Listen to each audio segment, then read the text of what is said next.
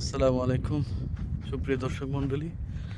আমরা তাবুক শহর থেকে প্রায় 250 কিলোমিটার দূরে বীর এ মুসা, এটি কুয়া। আসলে এই কুয়াটা দেখতে পাচ্ছেন, এখানে আমরা এসেছি। এটি মূলত আসলে ইতিহাস ঘেটে জানা যায় হজরত মুসা আলাইসাল্লাম যখন শোয়েব আলাইসাল্লামের বসতিতে 10 বছর কাটিয়ে ওনার মেয়েকে বিয়ে করে উনি হিজরত করে যখন মিশরে যাচ্ছিলেন, তখন প্রতিমধ্যে এই কুয়ায় উনি পানি খেতে আসেন। তো এখানে এসে দেখেন যে দুইটি মেয়ে তাদের পশুপালকে পানি খাওয়ানোর জন্য চেষ্টা করছেন, কিন্তু পানি তুলতে পারছিল না।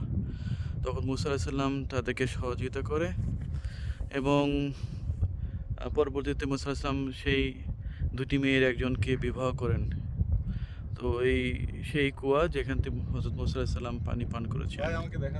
তো এখানে নূর মোহাম্মদ এসেছে, আল্লাহর রহমতে। আল্লাহ তাআলা আমাদের কাছে তৌফিক দান করছেন, আলহামদুলিল্লাহ।